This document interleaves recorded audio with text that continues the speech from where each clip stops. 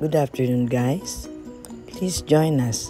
Yours truly, Ebu here, with my husband Minyo, as we visit a local eatery here on the roadside in Los Baños. Okay. Salamat, Manang.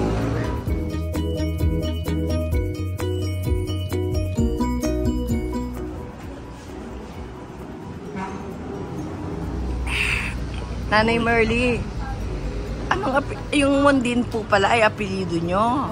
At kayo rin po ang nagluluto. Paano po nyo nagawa na ganito kasasarap ang luto nyo?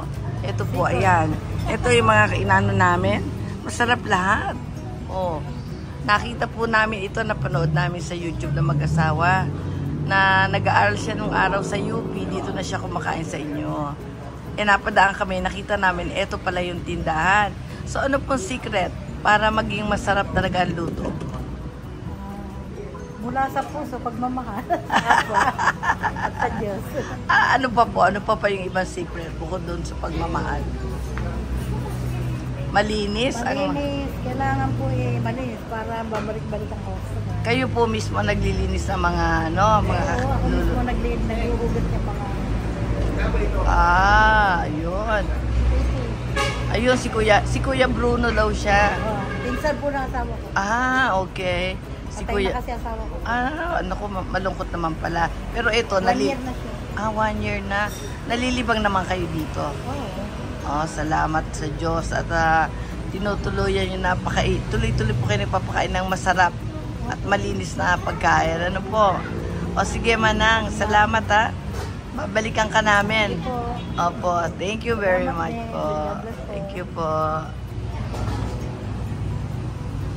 Yung asawa ko nasarapan. First time namin dito yun, bukas na bukas doon, no? I'm sure marami na naman kami binalot pag uwi. Marami na namang binalot. Yan. Yung paksiw na bangus, kontik nang kainin pati tinik. Magagalit ang pusa kay Minyo.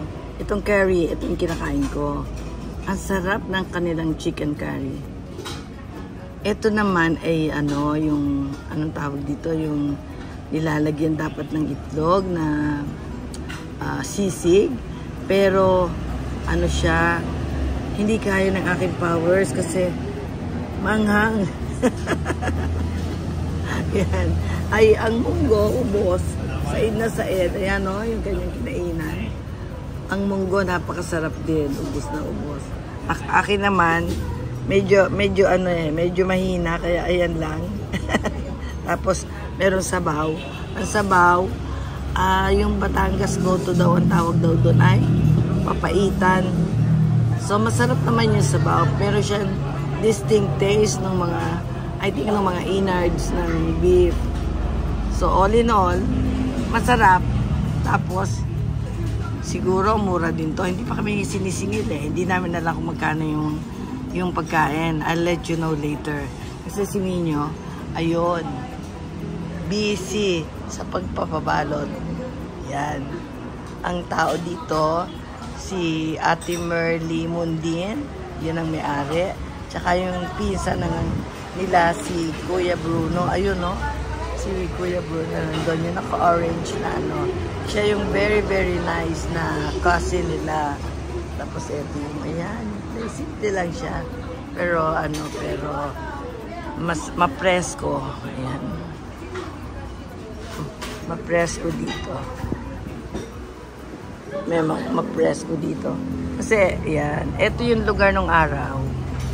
Yan yung highway ng Los Baños. Dati, ito ay park. Ngayon, nilagyan na nung mga tindahan sa harap ng flower shop. Natakpan na itong kanilang hindi na ito munti, malaki na ito. Nakainan. Sabi niya, hindi sinlakas nung araw ang kanilang benta ngayon because nabablock na yung way nila. Ayan. So, pag kayo napadaan dito, you try the food and the ambience. Probinsyang-probinsya ang dating dito. Napaka-presko dahil sa malalaking puno na nandito sa paligid.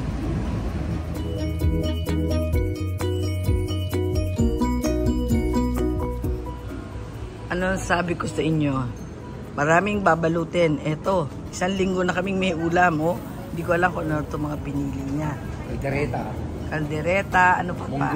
Munggo. Ano pa? Paksiw na bangus. Paksiw na bangus. Ano yung ginataang tulingan. Ginataang tulingan. At saka 2 tilapia. At saka 2 pritong tilapia. Oo. Tilapia, Nako. sisig. Ayan. Pinabalot na ni Manang Merly. Thank you, Manang. Ang sarap-sarap. Oo.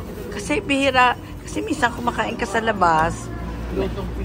Yung taste na hinahanap ko, hindi mahuli. Eto, huling-huli. Yung mga luto ng lola natin, nanay natin, eto siya. Ano, Kuya Bruno? Ang sarap. Oo, sarap. 1,000 na. Oo. O tapos, ang dami namin.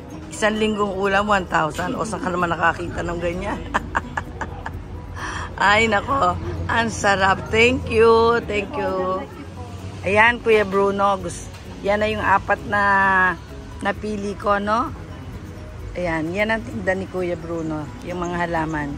Yung isa, 100. So, yung 4, 400 pesos. So, yan. May souvenir ka na sa amin, Kuya. Okay. Thank you guys for watching our lunch at Mundin's Eatery. Please like, share, comment, and please subscribe. See you again next time. Bye!